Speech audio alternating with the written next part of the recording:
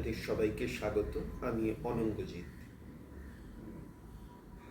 একটা সাম্প্রতিক সময়ে ঘটে যাওয়া ঘটনা নিয়ে আজকের এই ভিডিওটা আমি উপস্থাপন করছি আপনাদের সামনে।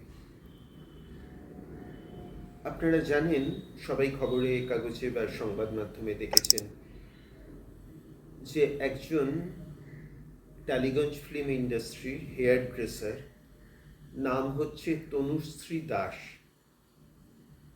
তিনি আত্মহত্যা করতে গিয়েছিলেন। সৌভাগ্যক্রমে তিনি বেঁচে গেছিলেন। তার কারণ হচ্ছে তার কাজ না পাওয়া, আরও পরিষ্কার করে বললে তাকে কাজ না দেয়া। যোগ্যতা থাকা সত্ত্বেও যদি কোনো মানুষকে, কোনো শিল্পীকে দিনের পর দিন কাজ থেকে বঞ্চিত করা হয়, তাহলে তার ভবিতব্য কী হতে পারে সেটা আমরা সবাই প্রত্যক্ষ করলাম। এখন একটা কথা বলে রাখি, যে কোনো সংবেদনশীল মানুষেরই এই ঘটনাকে স্পর্শ করবে। ব্যক্তিগতভাবে আমাকে এটা আরও বেশিভাবে স্পর্শ করেছে এই কারণেই যে আমি নিজে একজন মেকআপ আর্টিস্ট। আমি জানি যে কোনো ফটোশ্যুটে বা কোনো র্যাম্প শোতে কি অক্লান্ত পরিশ্রম করতে হয় কোনো মেকআপ আর্টিস্টকে, এবং তার মেকআপটা স্বয়ংসম্পূর্ণ হয়ে ওঠে না যতক্ষণ না হেয়ার ড্রেসার সেই মডেল বা কোনো অভিনেত্রী তার কেশসজ্জাকে সুন্দরভাবে সুবিন্যস্ত করছেন। অর্থাৎ আমি জানি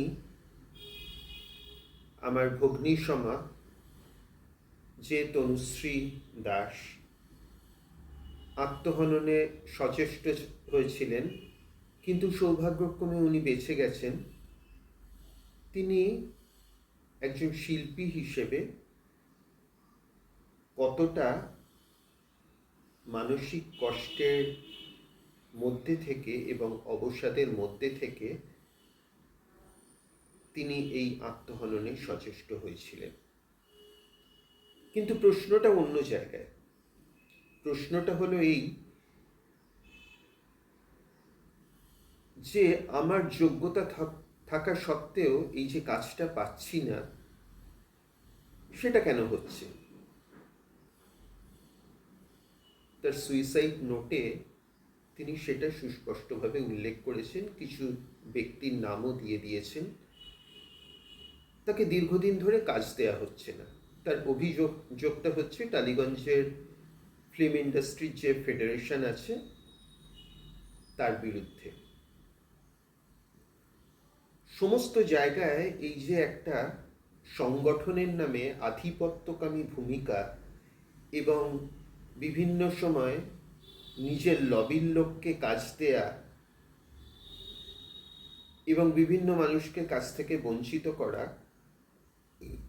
এই যে নিষ্ঠুর পদ্ধতিটা চালু হয়ে আসছে, সেটা আমাদের সমাজের পক্ষে কতটা ভয়ঙ্কর, কতটা নিষ্ঠুরতা, সেটা তনুশ্রী দাস চোখে আঙুল দিয়ে আমাদের সবাইকে দেখিয়ে দিয়েছেন।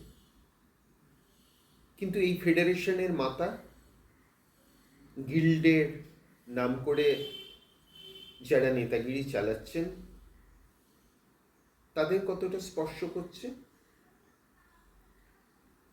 আপনারা হয়তো অনেকেই জানেন যে টালিগঞ্জ ফিল্ম ইন্ডাস্ট্রির মাতাতে আছেন একজন মন্ত্রীর ভাই, রাজ্য সরকারের একজন মন্ত্রীর ভাই।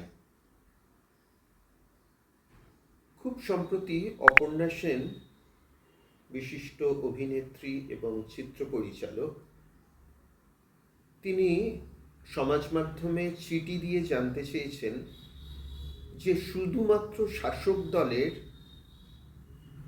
একজন নেতা হওয়ার সুবাদে কি এই ইন্ডাস্ট্রির কর্তা ব্যক্তি হওয়া যায়?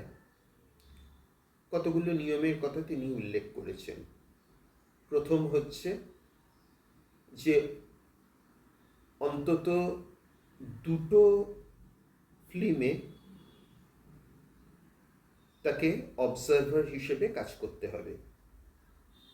13 মাসের মধ্যে অন্তত দুটো ফিল্মে অ্যাসিস্ট্যান্ট ডিরেক্টর হিসেবে কাজ করতে হবে। এইসব যোগ্যতায় কি সেই মন্ত্রীর ভাই উত্তীর্ণ হতে পেরেছেন?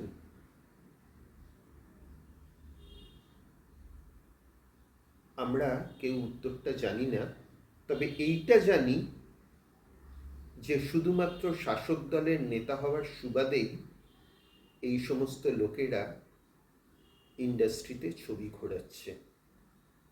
এই ছড়ি ঘোরানোর যে ভূমিকা, সেটা শেষ হচ্ছে কোনো মানুষ তার জীবনের প্রতি বিতৃষ্ণা এমন একটা জায়গায় পৌঁছে যাচ্ছে, তনুশ্রী দাসের মতন আমাদের বোনেদের আত্মহননের পথ বেছে নিতে বাধ্য করছে। এখন সংবাদ মাধ্যম, সমাজ মাধ্যম, বিভিন্ন জায়গায় এই থ্রেট কালচারের কথা শোনা যাচ্ছে,